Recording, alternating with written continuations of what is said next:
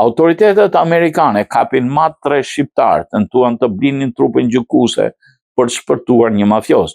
3 burra me origjinë shqiptare kanë pranuar fajësinë në një çështje federale në New York pasi akuzohen se tentuan të korruptonin një antar jurie në procesin kundër ish-boksierit malazez Goran Gogic, i akuzuar për trafik ndërkombëtar kokaine në përmasa gjigande.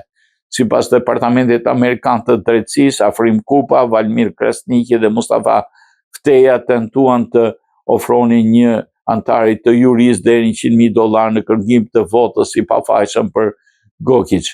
Skema dyshon se ndodhi në nëntor të vitit 25, po as pak juria ishte përzgjedhur për gjyqin federal në Brooklyn. Të tretë pandehur të rrezikojnë deri në 20 vite burg.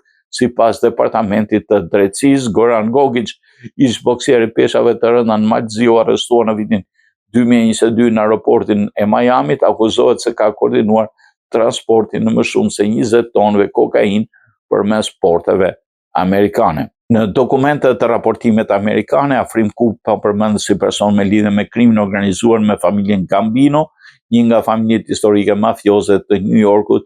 Çështja mbetet një nga dosjet më të mëdha të narkotrafikut ndërkombëtar, ku përzihet trafiku detar, rrjetet kriminale ballkanike dhe përpjekja për të manipuluar drejtësinë amerikane.